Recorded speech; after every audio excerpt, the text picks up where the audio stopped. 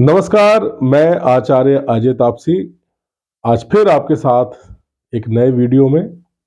और आज के हमारे इस वीडियो का विषय है पाप कर्तृ योग, या इसको हम ये भी कह सकते हैं कि पाप कर्तृ दोष।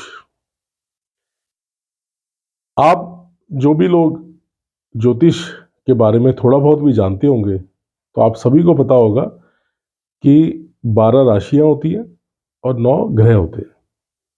अब जो 12 राशियां होती हैं इनको जब हम जन्म पत्री में लिखते हैं तो अलग अलग 12 भाग जन्म पत्री के होते हैं जिनको हम भाव कहते हैं।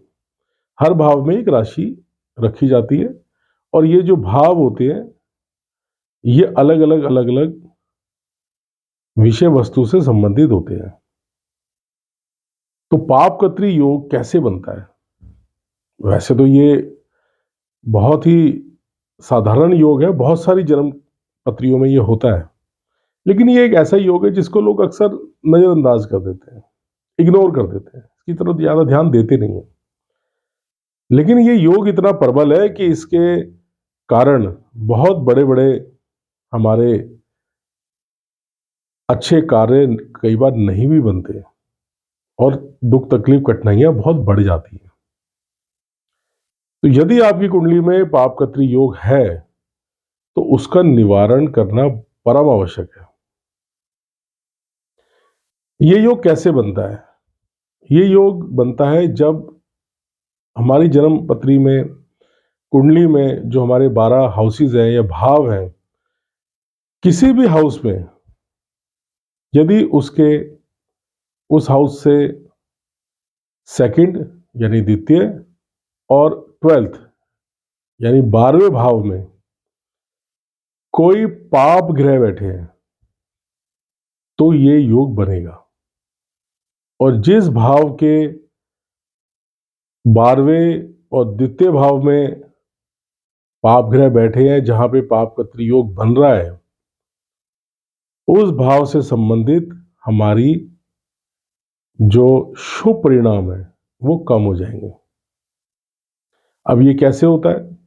मान लीजिए कि दशम स्थान, जिसको हम अपने प्रोफेशन से संबंधित मानते हैं, वहां पर यदि पाप कर्तृ योग बनता है तो ऐसी कंडीशन में क्या होगा कि हम अपने प्रोफेशन से मनचाहा परिणाम नहीं प्राप्त कर पाएंगे। बहुत सारे लोग आपने देखे होंगे जो कहते हैं कि हम काम तो बहुत करते हैं लेकिन हमारे पास धन की प्राप्ति नहीं होती। काफी लोग आपने देखे होंगे जो ये कहते हैं कि मैं बहुत अच्छा काम कर रहा हूं लेकिन ऑफिस में हमारी तरक्की नहीं हो रही। हमारे जो उच्च अधिकारी हैं उनके साथ भी हमारे संबंध अच्छे नहीं बन रहे। कई लोगों को तो नौकरी ही नहीं मिलती। तो इस तरह की समस्याएं पाप कर्तृ दोष में उत्पन्न होती हैं। ये हर भाव के हिसाब से अलग होता है।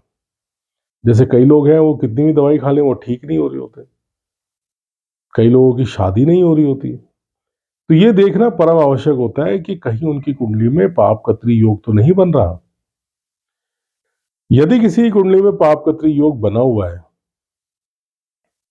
तो क्या करें? ऐसे में दो चीजें परम आवश्यक है। ज्योतिष में एक बहुत गूढ़ रहस्य है जो मैं आज आपको बताता हूं। वो ये है कि हमारे जितने भी पापी ग्रह हैं उनको अगर हमें दूर करना है, उनके बुरे प्रभावों को हमें हटाना है, तो सबसे अच्छा तरीका है भगवान भोलेनाथ का ध्यान करना, उनकी पूजा अर्चना करना, उनके मंत्रों का जाप करना, साथ ही उन्हें जल अर्पित करना, उनका अभिषेक करना। इसके अलावा जिन पाप ग्रहों से ये योग बन रहा है उन पाप ग्रहों के दान करना। जब हम किसी भी कार्य के लिए कोई उपाय सुझाते हैं तो हम सबसे पहले ये देखते हैं कि उस ग्रह का हमारी कुंडली में प्रभाव क्या है। यदि वो नकारात्मक ग्रह है तो हमें उसके दान करने चाहिए। यदि कोई ऐसा ग्रह है जो सकारात्मक है हमारी कुंडली के हिसाब से लेकिन पाप कर्तृ योग बना रहा है, तब हमें उसके मंत्रों का जाप करना चाहिए। और सबसे अच्छी बात कि भक्ति हमें हमेशा करनी चाहिए। और सबसे सटीक उपाय, हफ्ते में एक बार जहाँ पर भी आपका मन लगता है, जिस भी जगह पे आपको लगता है कि आप ईश्वर के नज़दीक जा सकते हैं, उनसे बात कर सकते हैं, आपकी मुरादें पूरी होती हैं, उस जगह पर हफ्ते में एक बार अवश्य जाएं, वहाँ पर अपना पूजा अर्चना करें। और कई बार ऐसा भी होता है कि हमारी कुंडली में शुभ कत्री योग भी होता है। कत्री शब्द का अर्थ होता है काटना। तो कत्री अगर आ गया तो इसका मतलब यह है कि हमारे परिणामों को कम कर देगा, काट देगा। तो शुभ कत्री योग में होता है कि हमारे बुरे परिणाम कट जाते हैं। यदि किसी भी कुंडली में दो शुभ ग्रह 12वें और दूसरे स्थान में बैठे हों किसी भी भाव से, तो उस कुंडली में शुभ कत्री योग बन जाता है। तो ऐसे लोग वो होते हैं जिन्हें बहुत कम मेहनत करके बहुत कुछ अचीव हो जाता है। आपने अपने आसपास ऐसे बहुत लोग देखे होंगे जो कहीं ना कहीं उतना उन्होंने कुछ नहीं किया, लेकिन उनको अचीव बहुत ज्यादा हो जाता है। कहते हैं ना, नसीब का धनी है, भाग्य का धनी है, इसका नसीब बहुत तेज है। तो ऐसे लोग वही होते हैं जिनकी कुंडली में शुभ कत्री योग होता है। तो आप भी अपनी कुंडली में ये देख सकते हैं कि आपकी कुंडली में पाप कत्री योग बन रहा है या शुभ कत्री योग बन रहा है।